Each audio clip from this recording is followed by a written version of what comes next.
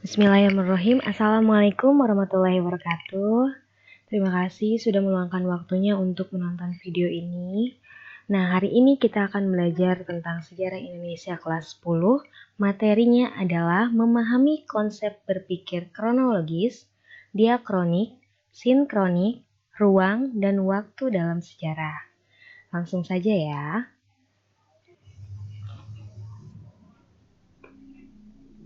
Kita akan bahas dulu definisi sejarah. Definisi sejarah, banyak orang yang mengartikan bahwa sejarah itu adalah pelajaran yang mempelajari tentang masa lalu atau peristiwa masa lalu. Ya, sejarah memang mempelajari tentang hal-hal yang terjadi di masa lalu. Tapi apakah hanya itu? Kita akan bahas. Sejarah berasal dari bahasa Arab, dari kata sajarotun yang artinya pohon, dan juga berarti akar, keturunan, asal-usul, riwayat, atau istilah. Sebagaimana kita ketahui bahwa kalau orang Arab itu kan, kalau orang Islam itu, kalau di Indonesia jarang ya, misalkan binti apa, binti bin apa, tapi kalau orang Arab itu kan sering bawa misalkan Muhammad bin Abdullah, seperti itu, pakai bin, binti agar mengetahui silsilahnya. Nah, ini ada gambar pohon terbalik. Pohon ini dianalogikan, kan sejarotun itu artinya pohon. Pohon ini memiliki akar dan memiliki banyak ranting. Ini dianalogikan sebagai sejarah, di mana suatu sejarah, akarnya ya, suatu sejarah dapat menimbulkan atau memunculkan peristiwa-peristiwa yang lainnya, seperti itu. Nah, oh iya, selain dari bahasa Arab, ada juga dari bahasa Inggris, story, kemudian ada bahasa Yunani, historia, dan sebagainya ya. Kemudian secara istilah dapat diartikan sebagai peristiwa masa lalu. Bisa juga cerita masa lalu, ataupun ilmu yang mempelajari tentang masa lalu. Nah, ini ciri-ciri sejarah tadi. Jadi tidak semua peristiwa masa lalu itu bisa diartikan atau bisa disebut sebagai sejarah. Jadi sejarah itu harus memenuhi beberapa ciri atau beberapa unsur ya. Yang pertama adalah unik. Jadi peristiwa itu haruslah peristiwa yang unik. Maksud unik di sini apa? Maksudnya adalah peristiwanya hanya terjadi satu kali dan tidak berulang-ulang seperti itu. Bisa sebenarnya terulang, namun harus ada perbedaannya atau pasti ada perbedaannya. Tapi peristiwa itu tidak mungkin terulang secara persis sama seperti itu. Kemudian ada ciri yang berikutnya adalah abadi. Abadi itu dapat dikenang atau dikenang sepanjang masa. Kejadiannya hanya terjadi satu kali di masa lalu, tapi sampai sekarang selalu terngiang-ngiang, selalu teringat, bahkan selalu dikenang, dirayakan bahkan. Contohnya apa? Seperti peristiwa proklamasi kemerdekaan Indonesia terjadi satu kali, namun setiap tahun kita rayakan seperti itu. Kemudian peristiwa itu adalah peristiwa yang penting. Penting itu apa sih maksudnya? Penting itu berpengaruh bagi orang banyak, gitu ya. Memiliki dampak. Coba kita bayangkan jika tidak terjadi peristiwa pembacaan teks proklamasi, apakah kita dapat hidup seperti ini? Apakah dapat mengenyam pendidikan seperti sekarang? Mungkin tidak ya. Sini ada unsur penting dalam sejarah. Unsur pentingnya ada 3 ya. Yang pertama manusia. Manusia di sini unsur yang bisa dibilang unsur terpenting. Kenapa? Karena manusia ini adalah pelaku dari sejarah itu sendiri.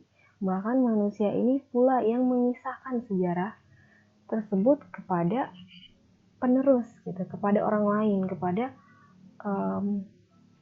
anak cucu, seperti itu. Kemudian yang kedua adalah ruang. Ruang di sini adalah menitikberatkan kepada tempat terjadinya sejarah. Jadi sejarah itu terjadinya di mana sih, gitu, ruang ini. Dan yang terakhir, yang ketiga adalah waktu.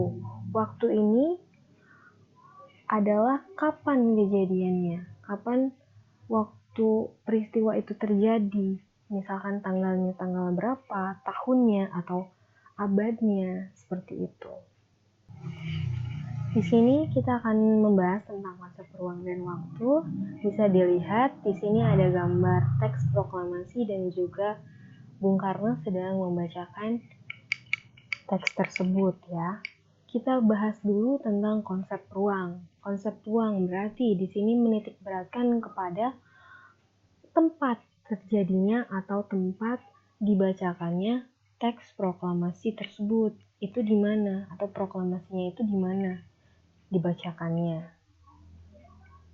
Nah, jawabannya di rumah Bung Karno di Jalan Pegangsaan Timur nomor 56 Jakarta.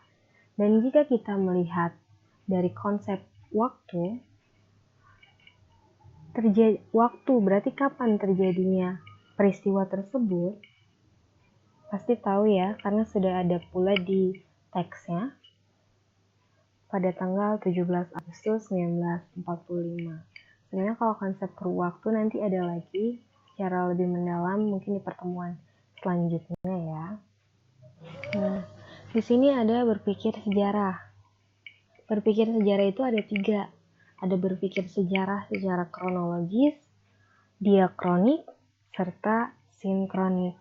Kita bahas satu persatu. Pertama, cara berpikir kronologis. Secara etimologis itu asal katanya ya. Tadi sudah dibahas. Ini berasal dari kata kronos, bahasa Yunani ya, kronos dan logos. Kronos ini berarti waktu, sedangkan logos atau berarti uraian atau ilmu.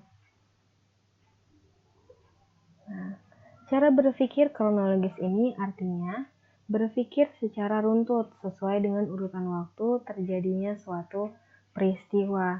Jadi berurutan, tidak dari awal ke akhir dulu baru ke tengah, tidak seperti itu ya.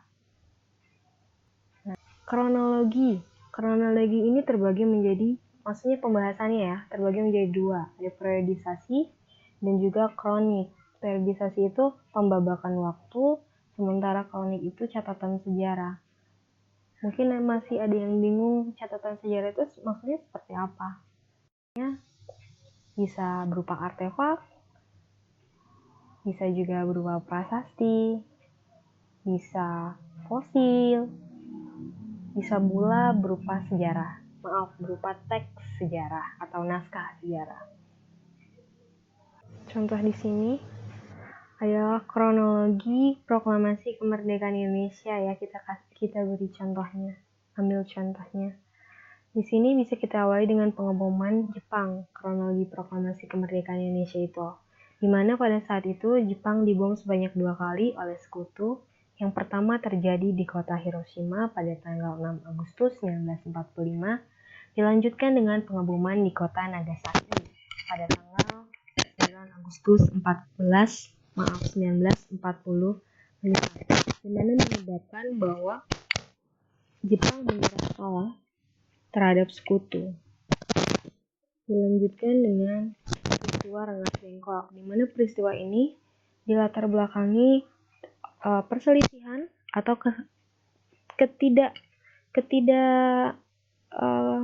sepahaman antara golongan tua dan golongan tua masih ingin berunding dengan Jepang mengenai kemerdekaan Indonesia, sementara golongan muda ingin secepatnya